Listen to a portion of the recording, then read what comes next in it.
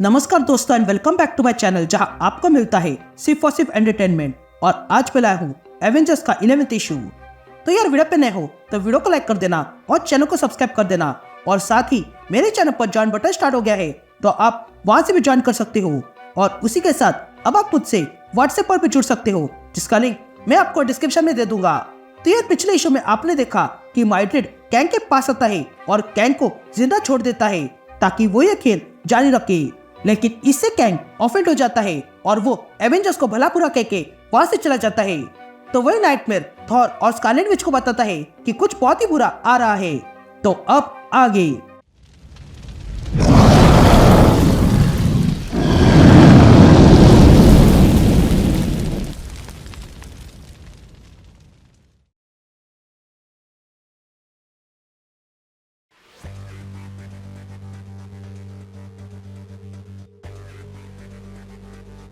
All right gang. तो issue की शुरुआत में हम एक आदमी को देखते हैं जिसे असाइलम में रखा था।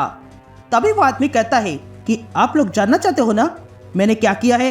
वेल मैड थिंकर ऐसा क्या ही करेगा। वैसे ये मैड शब्द अच्छा है पर मुझे एवेंजर्स को तोड़ने के लिए कोई बहाने की जरूरत नहीं है। अब कहानी पास्ट में जाती है और हम इम्पॉसिबल सिटी देखते हैं जहाँ पर हमें एशियन कंबाइन देखते हैं जिन्हें कैद करके रखा था। तभी इन एशियन कंबाइन को देखकर कैप्टन मार्वल कहती है कि मुझे ये बिल्कुल पसंद नहीं है। जिस पर टोनी कैरल से कहता है कि ऐसा नहीं है, एशियन कंबाइन को स्टेसिस पर रखा है और अब ये दुनिया सुरक्षित है। जिस पर कैरल कहती है कि जब हमने स्टार्ट किया था तब मैंने कहा था कि हम कॉप्स नहीं है, लेकिन अब देख के लगता है कि हम कॉप्स से ज्यादा जेलर बन गए हैं। ये मेरा हेडक्वार्टर है ना कि कोई प्रिजन।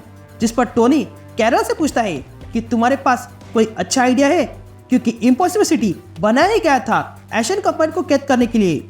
जिस पर कैरल टोनी से कहती है कि ये कैसे चल रहा है, कभी सोचा है हमें इनका क्या करना है, ये हमें फिगर आउट करना होगा।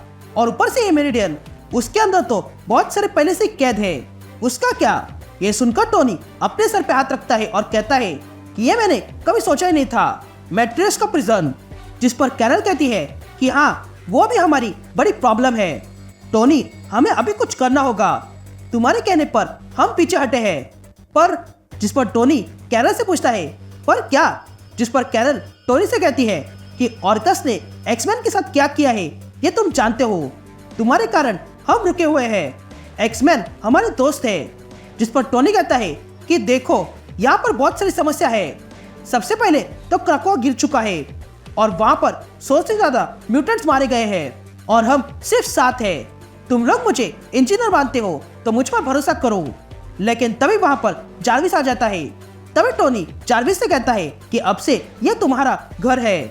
उसके बाद हम जार्विस को देखते हैं जो अपने साथी के साथ कुछ चीजें लाता है और इम्पॉसिबल सिटी से कहता है कि अब मैं तुम्हें कुछ काम देने वाला हूँ। तभी आगे जार्विस इम्पॉसिबल सिटी से कहता है कि एवेंजर्स पूरे दुनिया के लिए हीरोज है और वे लोग हर दिन अपनी जान खतरे में डालते हैं। इसमें कुछ ह्यूमंस है तो कुछ गॉड, एंड्रॉइड और म्यूटेंट्स है। इनको हराना मुश्किल है लेकिन फिर भी इन सबको भूख लगती है और अगर ये लोग भूखे रहेंगे तो वे लोग ठीक से काम नहीं कर पाएंगे। इसलिए मैं यहाँ एवेंजर्स की देखभाल करने आया हूँ और इसलिए मैंने यहाँ पर एवेंजर्स के लिए खाना लाया है और जब मैं कहूँगा तब तुम खाना बनाने में मेरी मदद करोगे। यहाँ हम देख सकते हैं कि बिना कारण जार्विस के साथ ही स्विनी को पसीना छूट रहा था। उसके बाद हम जार्विस को देखते हैं जो इम्पॉसिबल सिटी को खाना कैसे बनाते हैं ये सिखा रहा था। लेकिन तभी हम देखते हैं कि स्विनी को अब भी और पसीना आ रहा था और तब वो अपनी टाई निकाल देता है। ये बात जार्विस नोटिस करता है और स्विनी से पूछता है कि क्या हुआ स्विनी। जिस पर स्विनी जार्विस से कहता है कि मैंने सैंडविच खाया था। या हमें वो असाइलम में बैठा हुआ आदमी दिखाई देता है जो कहता है कि उस सैंडविच में मैंने पिप पार्टिकल से छोटे किए हुए मैनस्लेयर्स भेजे थे जिन्हें तुमने सैंडविच समझ के खा लिया है और अब वो बाहर आएंगे। यह कहते हैं स्विनी को उल्टी आती है और उसकी उल्टी से वे सारे मैनस्लेयर बाहर आते हैं और बड़े हो जाते हैं। यहाँ हम विजन और वांडा को बात करते हुए देखते हैं। तभी विजन कहता है कि मैंने अपनी लाइफ में ज्यादा डेटिंग नहीं की है। जिस पर वांडा कहती है कि मुझे नहीं लगता। जिस पर विजन कहता है कि मैं तुम्हारी तरह नहीं हूँ, तुम्हें तो कोई ना कोई मिला ही होगा। जिस पर वांडा कहती है कि हाँ पेज पे लोकी मिला था। जिस पर विजन कहता है क्या लोकी, लेकिन तभी उन दोनों को इम्पॉसिबल सिटी कहता है कि स्विनी ने उल्टी की है और उससे कुछ लोग बाहर आ गए हैं। यहाँ जार्विस और स्विनी वहां से भागने लगते हैं क्योंकि वे सारे मैनस्लेयर उनके पीछे लगे थे। तभी जार्विस इम्पॉसिबल सिटी से पूछता है कि क्या तुम्हारे पास इन्हें रोकने के लिए कुछ नहीं है, जिस पर इम्पॉसिबल सिटी कहता है कि मेरे पास बहुत है, लेकिन ये सब कुछ बाहर है ताकि बाहर के दुश्मनों को रोका जा सके, लेकिन अंदर ऐसा कुछ भी नहीं है। इसलिए एशियन कंबाइन यहाँ छुप के बैठे थे। ये सुनकर वे दोनों डर जाते हैं और तब एक मैनस्लेयर आके जार्विस और स्विनी पे अटैक करता है, लेकिन तभी थॉर अपना हैमर फेंक कर उस मैनस्लेयर को खत्म करता है और तब वहां पर सारे एवेंजर्स आ जाते हैं और इन मैनस्लेयर पे अटैक करते हैं। लेकिन तभी वे सारे मैनस्लेयर मिलके एक बड़ा मैनस्लेयर बन जाते हैं और तब वो मैनस्लेयर आके एवेंजर पे अटैक करता है। तभी सैम इम्पॉसिबल सिटी से पूछता है कि क्या इसका कोई तोड़ है, जिस पर इम्पॉसिबल सिटी कहता है कि यहाँ तो नहीं है, लेकिन अगर किसी तरह इसे बाहर ले जाएंगे तो इसे मेरे कैनन्स खत्म कर देंगे।